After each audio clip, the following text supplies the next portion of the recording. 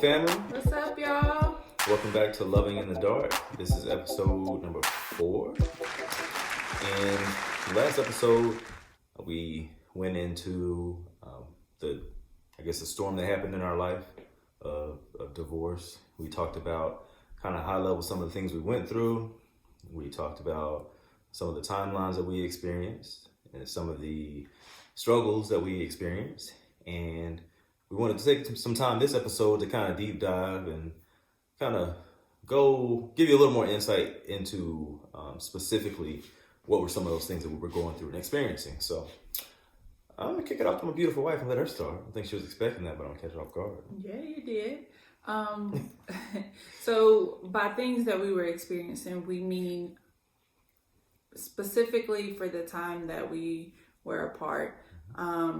We talked briefly about how traumatic it was during those periods of our lives where we were away. And we never really, we mentioned the panic attacks, but we felt inclined to go a little bit deeper because we know that we're not the only ones. And this can be for people that, are not even going through a marital situation, but just depression and anxiety in general. And we talked about how mental health was, a critical piece and something that we are passionate about, and making sure that you take care of yourself. So for me, it was me experiencing what I thought was going to be something totally better for me, and then realizing it was the complete opposite. And I talked a little bit before about how I thought that was God's way of punishing me. But, on the flip side of that, I knew that God didn't operate like that. So it was just trying to get myself to believe what I knew to be true. And so for me, depression heightened significantly.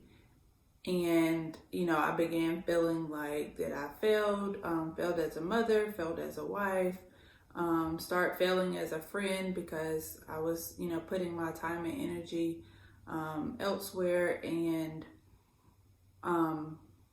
that depression for me led to, me seeking or coping other ways. One big way for me was drinking alcohol. And I felt like I had a high tolerance for alcohol. So it took a lot for me to, get that effect that I needed, that kind of put me out of mind to not have any care and thought of anything else.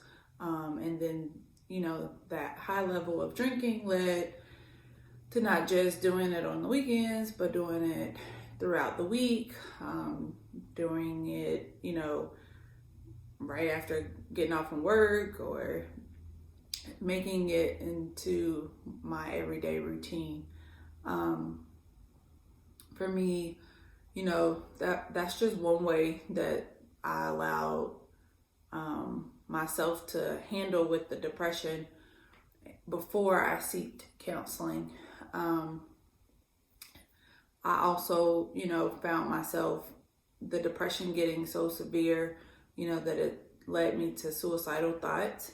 And it all stemmed around the fact that I let myself down, my family down, my children down, watching them. We did a good job as far as co-parenting, but they did have to go from house to house. And when they, were with me, things that they would question and ask, about daddy, and I couldn't answer them, or specific things that they would say, wanting to know why things were the way that they were, and kind of brushing it off, not really giving them an answer. All of that kind of builded, upon each other, and increased the anxiety and the depression. Anxiety piece of it came more to, because of the way that I was coping, I started to get paranoid about everything. because I knew that I wasn't handling things the way that I should, but at that time I didn't know how or any other way to handle it. So that led to just anxiety increasing in, everyday life. What used to be something easy for me to do became a thought process, something I had to talk myself through or walk myself through, because subconsciously I was just drowned by, all of the negative thoughts. There were times where I would call Josh or text Josh, mostly text him, and be like, hey, I'm going through this and I don't know what to do, or I just don't think it's, I'm worth living anymore. And I would text him that,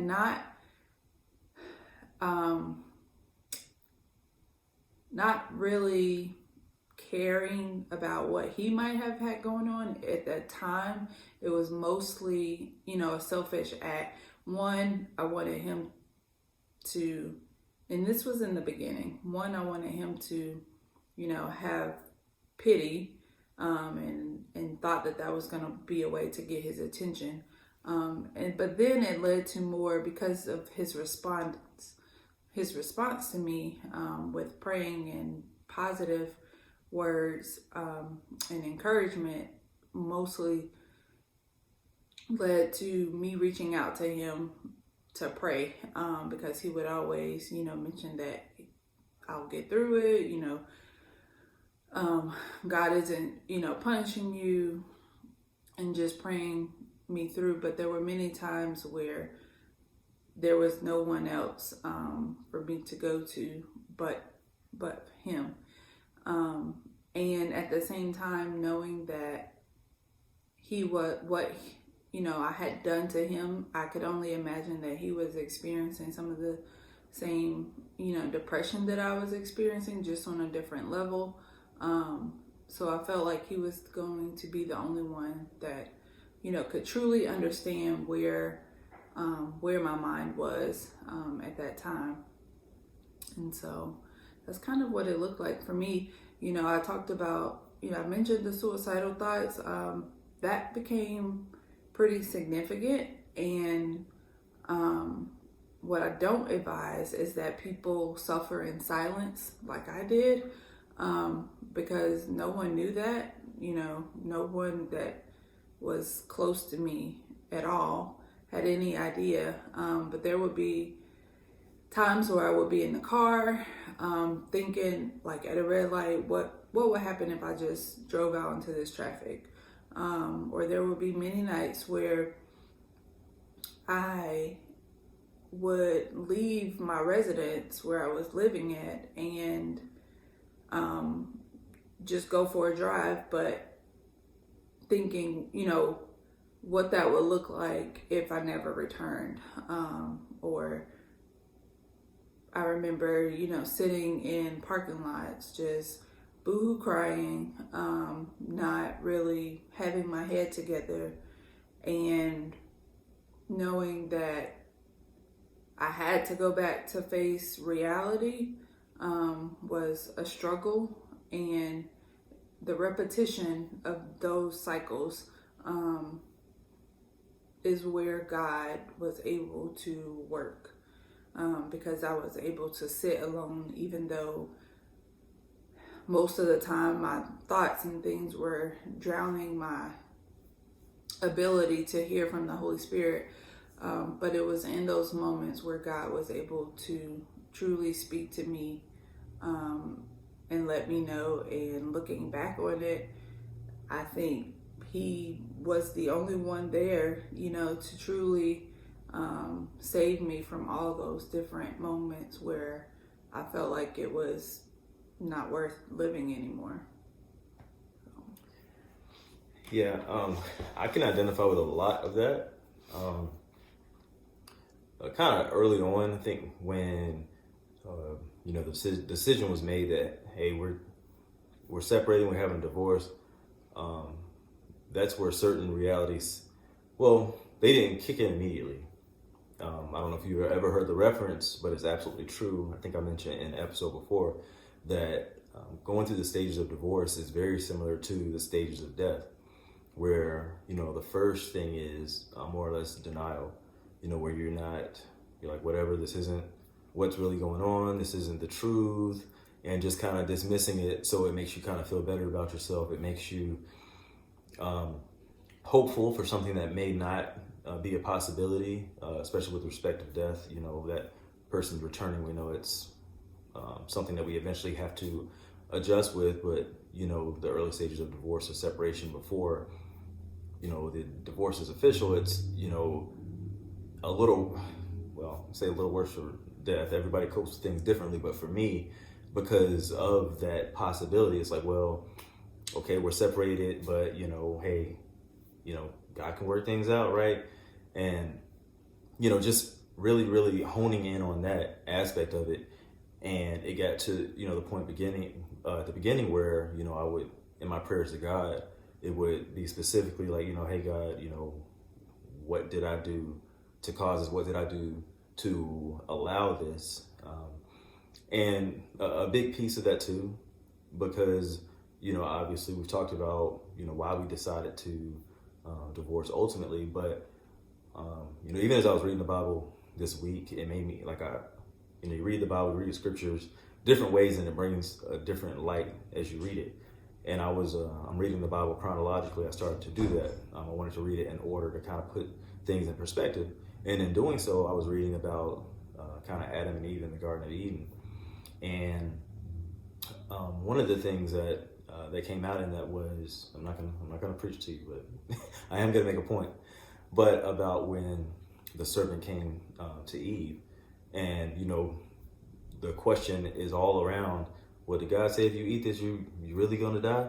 Well, God never talked to Eve. First of all, he talked to Adam. And then Adam relayed the message to Eve. Now, an important thing that God told Adam was not just don't touch it. Don't eat it, but he also said don't touch it. So even in touching it, it put me in the mindset of thinking of, when we flirt with sin, we flirt with things that we know we're not supposed to, where we're like, well, I didn't go all the way. I just did this little thing. And then that little thing turns into maybe a snowball effect where now this is becoming something that we accept as, well, this is what I want to do and I'm gonna do it regardless. But what it goes back to in that reading of the message that God had to Adam, and then Adam conveying a message to his wife, but what specific message was he conveying? We hear the story of Adam and Eve, but oftentimes, we blame everything on Eve. We're just like, if Eve wouldn't have ate that fruit, we'd all been chilling and eating right now. But there's still a root cause to that. No, Adam didn't make her eat the fruit, but Adam is the one who was responsible for being her headship. Adam is the one that God placed there basically to be not her leader from the aspect of being a dictator over her, but being the one to help to guide her and point her back to God. So there are opportunities in our life, especially as men, as fathers, as husbands, where maybe we're not doing the best thing that we can be doing. Yeah, we might be supporting financially. I mentioned protecting a heart before, and part of protecting a heart is protecting the soul. And in doing so, it's ensuring that you're doing everything. That doesn't mean you have to come home and have Bible study every day. It doesn't mean you have to, pray 24/7 with your spouse, call them, text them on the phone. God is good all the time. Don't be super religious with it, but it's about a relationship thing and making sure that every decision, every conversation, you're seeking God out first. And that responsibility is something that, it's major on the male's behalf. But I think kind of in today's society, we put this stigma on men where it's like, well, the only way you're protecting or you're providing is if you're making X amount of dollars, or maybe your wife doesn't have to work at all, or, where you never have any struggles or anything like that. But the reality of the matter is it's one side, that's only one piece of a very big picture of what support and protection looks like. And with our relationship, that was something for me where I started to, really focus and praying to God and saying, show me what it is that I can do? What can I do better? Not just being selfish about it and, really pointing blame, but really wanting understanding. Because, I know how the enemy operates. And I know all it takes is, just one moment of an opening for the enemy to slide in and say, hey, okay, I got you now. One moment of vulnerability, and then, you're captivated in something that you never thought that you would be experiencing. So with all of that, I went through the early stages where that's what I was doing a lot of. I was praying, I was, seeking God. I was, had, worship music, gospel music all the time, just things that kind of keep my mind focused on God. Not to say, playing any type of music is going to put you in any type of mood or change your emotions when you're going through something traumatic, but it absolutely does help to kind of redirect or, channel some of the feelings that you're experiencing. So for me, it kind of went from that to a point of when reality started to kind of hit in, and it was like, well, dang. Well, before I get there, I started doing some things we did. Like I said, we went through the 5 love languages, and one of the things that I understood was that her love language was acts of service. So one of the initial things that I started doing was, okay, what can I do to help out around the house? To the point where I'm, trying to do more. I'm trying to bathe the kids more. I'm trying to make sure, food's ready because Sam worked a little later. So when she gets home, make sure that part is done, tidying things up, just doing things that were a little out of my normal element, because I was convinced that there was something that I lacked in that capacity. And then maybe if I did a lot more of those things, then it would solve the problem. It didn't solve the problem, but it did help me later as I was transitioning into being a single father that I didn't know. I'll get into that a little later, but after that, that season, kind of the denial, and I was kind of on my face before God all the time, kind of nonstop. I was at work and I wasn't eating on my normal routine. Well, not really. I'd say funny enough, but not funny enough. I had started a weight loss journey before that. I think Sam had as well. But seemingly the coworkers, like as soon as they found out about it, oh, Josh is losing weight because he's so depressed. I'm like, listen, I intentionally lost weight before that, so let's get that part clear. But my diet obviously did change. The way that you maneuver on your daily basis changed. Thought process. I'm at work and I can't focus because I'm thinking about what's going on at home, and it was consuming. And once reality really started to kick in, of course, music is a very powerful tool, positively and negatively. That's why it's important to make sure what you're allowing into your system, because music can absolutely influence decisions, influence emotions, whether you think you're strong enough to handle it or not. Depending on especially the heart of the creator of the music. I'm not gonna go off on a tangent with that, but just understand when I say there are emotions and strongholds that are tied to music. And I say that to say this: it got to a point when I started to go through the realization of what was going on, that it seemed like almost every song that was coming on was like about what I was going through, to the point where one artist, Sebastian Cole, it's not a plug here for him, but anyway, he's a good artist. But the music on his album was literally felt like the timeline of my life and things that were going on, and losing my marriage and everything. And as I started to hear that music, I started to play it more, because for me that was my friend, that was my confidant, because I wasn't talking to a whole bunch of people. I wasn't spreading the news out there. So in doing so, it made it harder to kind of vent about who I was, about what I was going through and get it off my chest.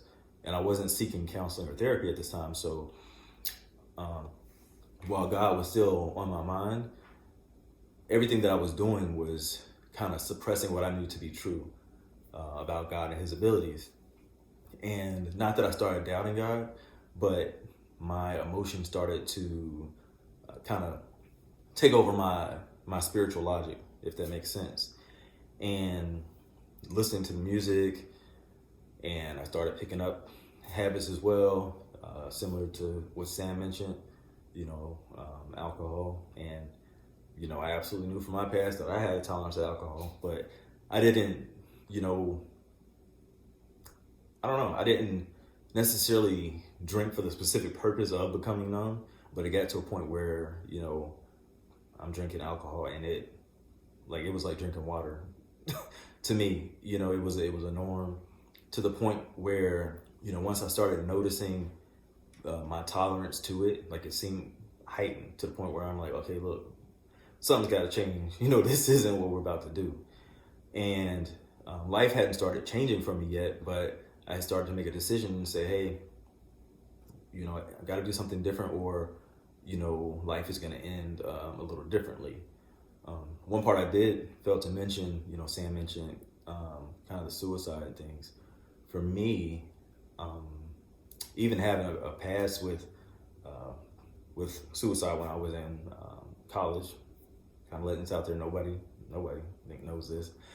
But there was a point even when I was in school, and there was no one to kind of help me financially when I was going through a certain time. I had a job, but it wasn't really supporting anything that I had. I was staying off campus. I was, kind of high on debt. I was about to get evicted, and, kind of reaching out. And I'm like, well, I know somebody will help me. Like, I always try to help people when they're going through stuff, so I know somebody will help me. And it got to a point where, the enemy was kind of in my head, like, if you're missing, if you take your life, like, nobody's going to miss you. Nobody's calling you now unless they need something, or, nobody ever answers the phone when you call, so I don't think anybody would even notice. And at that moment, that was when God stepped in, and, he was literally the only person that I could turn to. And of course, he's the best decision. So in doing so, that literally saved my life as I was going through that season in college. And obviously I got past that and life went on and things got better. But it was because I was rooted. I had my focus. I knew that God was at the center of everything. And, our storms and our situations have a way of kind of helping us to conveniently forget about who God is and his abilities. So when I was going through this moment, it's not that I definitely didn't turn my back on God, but I had, kind of transitioned some of my characteristics from things that I wouldn't have done, with keeping him as, the center of my attention. So once I started transitioning my mindset from, I'm jumping around. My point of mentioning suicide, for me, it happened earlier for me. It happened during the denial phase. So during the denial phase, it was the point where I'm like, okay, I beat myself up because, as I mentioned before, marriage was a huge goal of mine for a long time, like most of my life. And, once my parents got divorced, it was another goal of mine. And really my biggest fear was experiencing divorce and putting my kids through it. I said, I'm never going to do this. And then for that to happen, it was like, okay, wow, like you really allowed this to happen. And, the devil kind of played on that, like you said, this wasn't going to happen. Look what happened, and I don't know. I remember sitting down and just thinking about, what would happen. I mean, this is how emotion plays on you. If I wrote a note to Sam, kind of like a goodbye note, and then, just ended my life to the point where she came upstairs, she saw the note, all the stuff's going through my head just to get some emotional connection from her. It's like, would that even trigger anything? These are things that are going through my head.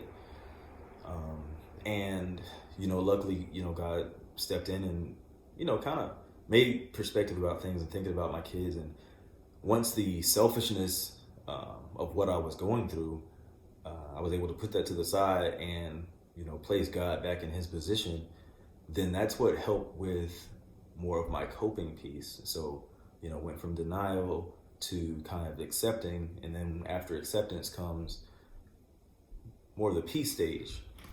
And the peace stage happens differently for different people. You know, some people it takes years. Some people never get over it before they transition to the next life. But for me, it happened. It started to happen a little sooner, I think, than even people expected.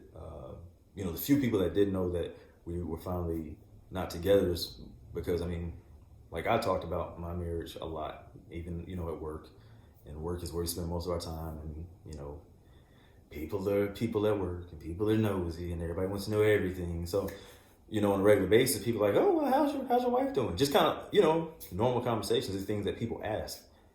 And it got to a point where I was, kind of tired of just shooing it away or even answering the question, even though technically this wasn't my wife anymore. To the point where I was like, look, long story short, we're not together anymore. So, and then of course that brought other questions that I really just kind of shut it down because I'm like, listen, I don't feel like going into this, but it is what it is. And for me, once I started to initially, really the infantile stage of peace, where God started to introduce it to me, it was once I knew that there was no reconciliation from the viewpoint of where my stance or Sam's stance and where we were, and that divorce was imminent, and it's time to transition. It's time to move forward with what life is going to look like. So I was able to, thanks to God, get my mind to the right place where I could maneuver like I needed to, and it's changing my mind to say, hey, look, okay, you got to find somewhere to stay. Not only do you have to find somewhere to stay, you got to find somewhere that is going to be with, able to sustain you and the kids when you have the kids. So, finding places that have enough room, finding places in a safe location, because I didn't want just any place. Finding somewhere that was, near a child care provider. Shout out to Mom. Thank you so much. And all of these things that, if I was in that place where I was, stuck in that denial phase, I wouldn't have been able to think straight. So, God kind of helped me get that first taste of peace so that my mind could be clear enough to make logical decisions.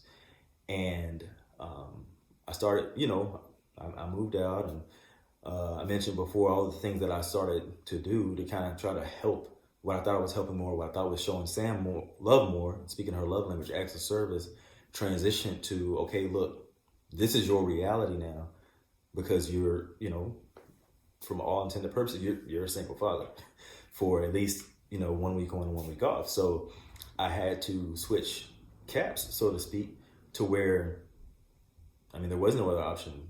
I am cooking for the kids where they're not eating, or finding food for the kids where they're not eating. I am washing the kids up or bathing the kids every night. Anything in the house I'm taking care of, So, God has a way of doing things. So even though my intention on doing things more wasn't because I knew that this was going to happen, but I think, God allowed me to see even that was her love language, and then also see that, hey, guess what? These are some things that you can brush up on, because God kind of knew what was going to happen. It wasn't in his plan. It wasn't his desire. We have our own will. God gives us free will. Basically, we set whatever plans we think, and then God kind of orchestrates our steps and tries to help us along the way, but it's ultimately up to us to decide which path to take. And that's why we, people ask us now, like, well, y'all got back together, so, how are things different? This is only one way things are different, but that's where it became a blessing in disguise, because, we both were able to see what it was like to raise kids by yourself, even though it was only a week of time, off and on, but not having that other half there. And, shout out to all the single people that have to do it and have no other choice. But that's where our appreciation for each other grew tremendously, and the work that it took to take care of children and take care of home. because when we got back together, it was like, hey, I know what it's like. I know what you're going through. You know what I'm going through. Like, now we know how to mesh and make this thing work. Absolutely. And, I definitely, I thank God for everything that he's allowed us to grow from. I tend to remove the word regret from my vocabulary. I was about to say vernacular, make you think like T.I., but remove the word regret from my vocabulary. So, I wouldn't say I regret this experience. I absolutely hate that we went through it, but I don't regret. Right? It was more or less, I guess, a necessary evil, if you want to say. Kind of to shock the system for both of us of saying, hey, it's time to wake up because you're getting kind of complacent with some things. And one thing I think is easy to do in relationships for men and women alike is to start to stop seeing the need to appreciate your mate for, even the simplest things. It's like, it's so easy for us to be quick to say, that's what you're supposed to do. You're my wife. That's what you're supposed to do. You're my husband. But, that reassurance of, hey, I see what you're doing. I see what you're continuing to do. I appreciate you. We hear all the time, oh, you got to do what you did to get him to keep the flame going. And okay, that's not just in the act. That person still needs to hear that reassurance the same way that you're all googly-eyed before when the person's doing the things for you. You need to keep those things going because that's what shows the appreciation. That's what makes someone want to continue actions. Just like customer service, you wouldn't continue to patronize a place that is not making you feel welcome as a customer, making you feel like, your purchase or your presence in their facility has some type of impact. You might not say it specifically, but, it does make you feel good. It does make you want to come back. That's what loyalty is all about, customer loyalty and relational loyalty. If you are showing appreciation and love to the person that you're with, not just in words, but in deed as well, then that person is more than likely, unless they just make a decision on their own to deviate from it, that person is more than likely going to say, hey, you know what? I am perfectly happy and content at home. I'm not saying it because it's nice to say. I'm saying it because I have a spouse at home that loves me, that lets me know that they love me, that reassures me through the things that I do for them, and that does things for me as well. And that even allows me to do things. And that's another big thing. You can't, you hear people say, oh, don't block your blessing, or I ain't gonna block my blessing. Don't block your blessing when it comes to, I guess, even reciprocating. If somebody's trying to do something for you, especially your spouse, don't cut them out. Don't shoot them down. If it's something that you don't necessarily like, then that's where the open, honest conversation comes. Like, hey, babe, you know what? I really appreciate you doing this, but that's your thing. That's not really my thing. And it should be okay to have that conversation. Now, if the person turns in the attitude and goes the other way, then maybe their intentions weren't in the right place anyway. God doesn't operate like that. Love doesn't operate like that. That's how the devil operates, right? When I do something for you and, I'm expecting a different response than what you give. Even in loving and living like Christ, that's for us, like I said, I don't know what everybody else's faith is, but hey, we Christians over here. So for me, loving and living like Christ is major. I'm not perfect, but that's what I'm striving for. And in doing so, even Sam has to be my discernment sometimes and steps in because, I love being a generous person. I love doing things for people. I love doing things for Sam. So when I see an opportunity and I'm able to assist, then, okay, hey, I'm going to step in, right? Or even as simple as opening a door for somebody, male or female, doesn't matter. It's not a sexualized thing. It's a genuine act. But sometimes it gets to a point where that genuine person gets a little burnt out. And I'm like, man, if I done held this door open, you going to say something to me, But then Sam kind of like, hey, you're doing you do it just to be genuine. Yeah. Do it to be generous. Do it because that's what, Christ would have you to do. Don't do it to expect something in return, to expect an acknowledgement even. So, that's big when it comes to relationships is doing things just to do it out of a genuine nature, regardless of even if that appreciation is not there, because we have responsibility as an individual, but it's easy for us to point the finger and say, well, he's not doing this and she's not doing that, so that's why I did A, B, and C. I mean, in theory, that logic sounds discombobulated anyways, because you're saying that you're doing something because someone has not done something. I would think that it's easier to do something as a reaction to someone doing something. Oh, well, he cheated on me, so I'm gonna cheat on him. Easy action. They did this, so I did that. But to say this person didn't do this, so I did that, in most cases, that stems to what we talked about, the last episodes, communication. When you're expecting, just because you watch whatever shows you watch in Bridgerton or whatever, and you have this expectation that someone is just supposed to swoop you off your feet and do these things that they just supposed to know that you like, but you've never mentioned it. Never compare your relationship to fairy tales, to movies, to TV. That's not reality. Or just your friends, your family. Yeah. Like, stop comparing yourself to other people. Yep. Figure out what is working, what's not working, and have your own outline, so to speak. Stop. Yep.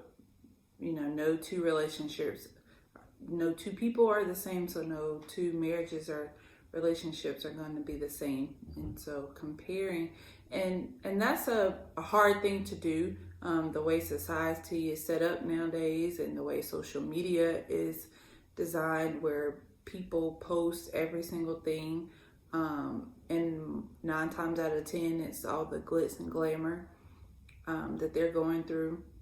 That's not really what's happening behind closed doors.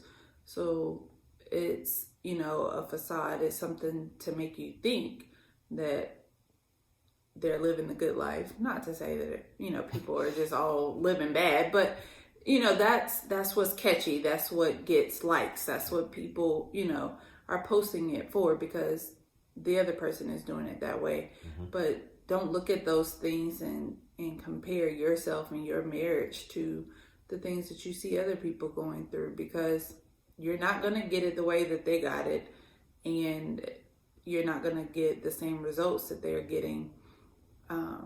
So comparing is easier said than done. Mm-hmm. But it truly takes an intentional thought and work to put forth something that's going to work for you and your relationship. And that's where communication comes in it again, because you don't know what's going to work, and you don't know unless you communicate with the other person to figure out what the game plan is going to be. But I can guarantee you this: absolutely nothing, and I mean nothing, is going to work out if you don't plan and execute. Because a lot of times we let our emotions, we let the storm kind of take over and push us into this elective, I'm gonna call it what it is, this elective stage of depression. Whether it's elective because we're allowing negative spiritual influence on us, or whether it's elective because some of us are literally choosing to be in these stages of stagnation where we're not moving forward simply because we don't feel like it.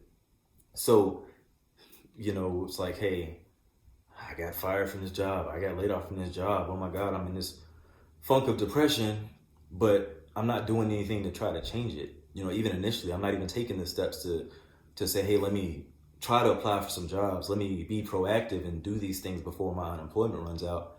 And so much so that I've allowed depression to overtake my mind to the point where now I'm out of a job, my unemployment's running out, and I still don't have a job. Now I'm really, my mental stability is really, not on point, because I've got more compacted on me because I didn't react initially. And this isn't everybody's story. This is just a scenario. But, similar to relationships, if you see that something is not right, but you're silent about it, you're not speaking out, you're not communicating, you're not saying, hey, babe, this bothers me. You're not saying, hey, babe, I love it when you do this. I wish you would do this more. Not from the aspect of, everything is in how you deliver it. if you deliver something with a attitude or with anger to anybody, they're not going to be receptive to it. The same thing with your spouse. I mean, that should be understood, and, you don't have to be all animated with it. Just be real and genuine and, expressing your needs and your desires. Because when your needs and desires aren't being met and you've never articulated this to your spouse, you can't be mad at that person. You can't be mad at God. It's not God's responsibility for you to say, hey, God, please let him know that I love roses and he never brings me roses. Amen. And then you never get roses, and now you're mad at your husband and you're mad at God. And now you want to jump the fence and just be on your own and whatever you choose to do, as an effect of these things that didn't happen for you when your husband's not a mind reader and God doesn't take things out of my mind and just place them into Sam's mind from the aspect of just, desires, needs, and things. Now, God can absolutely use your spouse for discernment and to speak through your spouse. That's not what I'm saying, because that happens all the time. I mentioned earlier about, Sam kind of checking me when, I get, I was going to make a word up for it, but just get burnt out from, being generous or whatever, or my road rage that I used to have. Mostly as in, went away for the most 2 part. hours ago. I've gotten better. Anyway, all those certain things, God can absolutely speak like that, but he's not in the business of, I have a thought, I'm going to pray about it, and then he just makes some magic happen and then places it in her head. And she's like, oh, wait, I think Josh wants this. No, it doesn't work like that. God created us to have relationships, right? In order to have an effective relationship, you have to have effective communication with your spouse, communication with God. You have to have a relationship with God, because if your mind is not centered and focused spiritually, then you can't expect to have balance when it comes to people that are right in front of you, people in the physical. Alignment with God puts you in a place of not perfection, but it dials down emotions to where you're acting more like in the nature of Christ, more like God would have you to act, versus, oh, I'm gonna act this way because my friends act this way. I'm gonna act this way because I binge watch this, or I'm in love with this TV show and that's how the cast acts on there, and I've let it consume my spirit to where this has become my nature, even though I haven't been like this in the past. It's important. There are a lot of kind of side distractions that we feed into our spirit that we don't realize. Music, television, social media, negative relationships, toxic relationships with friends, or even family members. I'm going to go there. Family members, that's the easiest thing. You hear blood is thicker than water. Yeah, the blood of Christ is thicker than it all. So when someone tries to use that and say, oh, well, they're my family and they're my cousin, that really doesn't mean anything from the aspect other than genealogy. I'm going to love you the same like I love somebody that, that I just met. But if you present the opportunity to say, hey, guess what? I'm not going to do anything but produce toxins in your life, then guess what? You have every right to love that person from a distance and not interact with that person. I don't care if they're family. I don't care if they're a lifelong friend. If they're adding toxins to your life, you better absolutely remove them from your life. Not in the physical sense, not advocating violence here, okay? But seriously, you have to cut off those connections. Like I said, people, social media, anything that is negative in your life, be logical about it. Even music. I love music. I love different genres of music. I've said music has a heavy influence. If you start to notice, hey, this music is not promoting a lifestyle that I want to live. It's not promoting a lifestyle that I believe I should be living, that is in alignment with God, then it comes to a point where you got to make a decision and say, hey, maybe I shouldn't be listening to this. Every decision and choice that we make is an investment into our life. Every choice that you make is an investment into your life. So if you're choosing to listen to music that's, degrading women, that's got, cuss words every other sentence, line, whatever, what is that positively doing for your life? Now, I'm not here to ridicule, bash, judge any artist or whoever is creating the music or doing whatever. That's not my place. That's God's place, right? But what I'm saying is, you have to make a choice. If you want to live a positive lifestyle, you want to live a godly lifestyle, you got to cut some things out and add more of God than anything else. Because how can you expect your life to transition into a God-designed lifestyle if you're not giving yourself the ingredients for a godly lifestyle? I mean, I think it's like 1 + 1 is 2 every time. I don't care how you look at it. So, you have to seek God. You have to pray. And I don't mean praying from the habitual sense of it or the religious sense of it, just praying out of habit stance just because Mama said I got to pray, and this is the same prayer I've been praying since I was 5, but it has nothing to do with life now. Make it personal, and even more so than praying for yourself, pray for others. Pray for your spouse. Don't pray for your spouse to do everything that you want them to do. Pray for God to release the absolute best blessings and favor on their life. And even others, even if it's not your spouse, pray those positive things into others, and I guarantee you, things will start happening for you. The less selfish that we are, the more generous that God can be. It's harder to receive things if we're holding on, right? It's scenarios like, hey, I'll take this, but I'm gonna hold back a little bit. It's so much easier to do this, right? And then even receiving more because both your hands are open. So it's absolutely critical, in relationships, any type of relationships, but absolutely in a marriage relationship of being generous. And oftentimes we hear generous and we think that's equated to money. It has nothing to do with money. If money is the topic at hand, then okay. If you're feeling led to be generous financially, do that. But you can be generous with your time. You can be generous with your gift, your skill, your crafts. You can be generous, like I said, if you want to do the financial aspect, paying it forward for somebody. We talk, you see all these things, people posting stuff on social media and showing that they're being generous for all these people and, helping the homeless and doing things like that. That's great.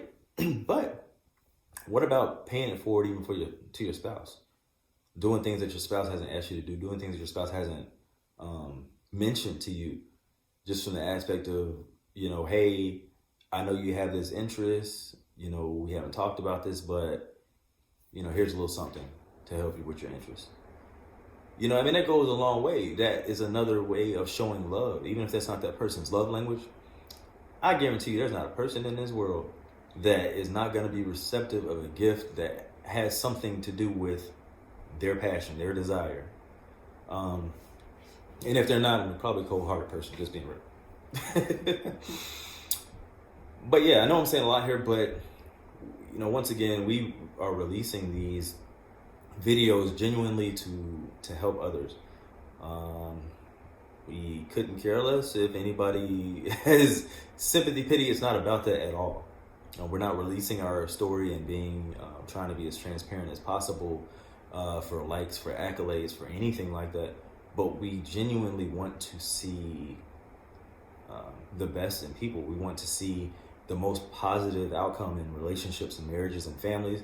We want to see the absolute positive outcome in your life. So, we're going to constantly drop, tips as we feel led to inspire somebody, because, this message might not be for you, but I guarantee you it's at least for one person.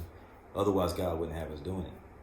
And as long as we hear God telling us to do it, we're going to continue to do it with all the love in the world. That's just who we are.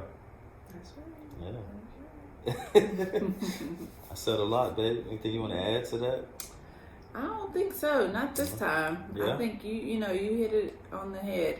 We started off with talking about a little bit that we experienced, and like Josh mentioned, that was a genuine moment just to help someone that is going through something very similar or going through something in general, because a lot of people suffer and they suffer in silence, and you don't have to. If you don't feel like you have anybody else to go to, feel free to, inbox us, let us know, email us at thosegriers@gmail.com. Private message us, because this circulates on Facebook and Instagram as well, but definitely, reach out, because we haven't been through everything. We don't have the answer to everything, but we surely can help and relate to a lot of situations and scenarios.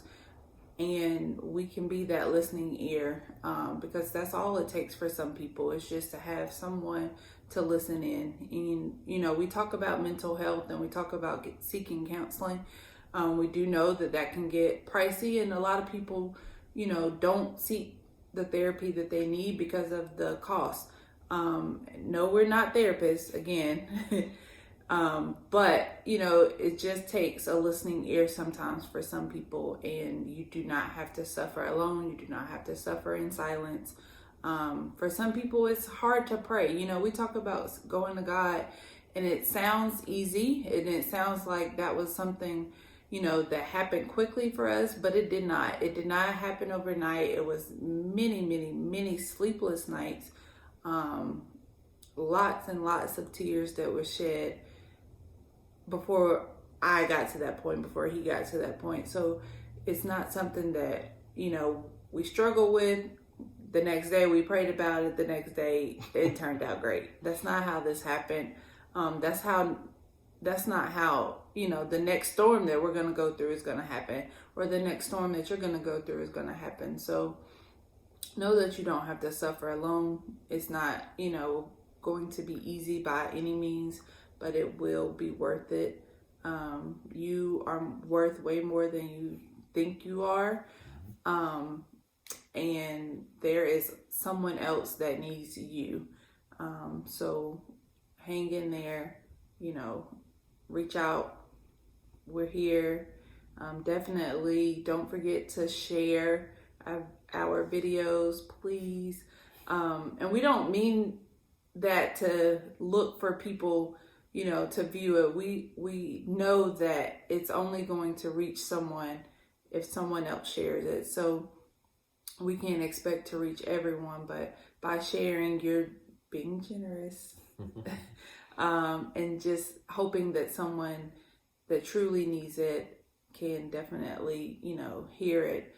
And God will do his thing. We have no doubt that he will get it to the right people at the right time, because that's just how good he is. So like, comment, share, and subscribe. We can't wait to, to get on next week. We will talk a little bit more about the reconciliation piece of it. And we are still looking and waiting for people to let us know what you want to talk about. What's pressing on your heart? What's something that you would like a second opinion on, or, just a genuine conversation. So you can definitely let us know things, because once we complete our story, that's what we will, be focusing on, is things that, people are going through or want to talk about. That's the whole point of this. So yep. So things that people are going through, and even more so, we're going to continue to expound upon some fundamental nuggets of marriage. So 5 languages of love, different tips and tools that we'll be releasing on here and talking about as well. So we definitely appreciate everyone who has been a part of this journey so far. Everybody that's watched the video, that has liked, shared, or subscribed. We are I can't even talk. Sincerely. We sincerely appreciate every one of you, and you know what God is doing through us. We're just vessels. We're not anybody special, but we're trying to shine light on the one who is special. So we definitely appreciate you. Thank you for watching, and peace.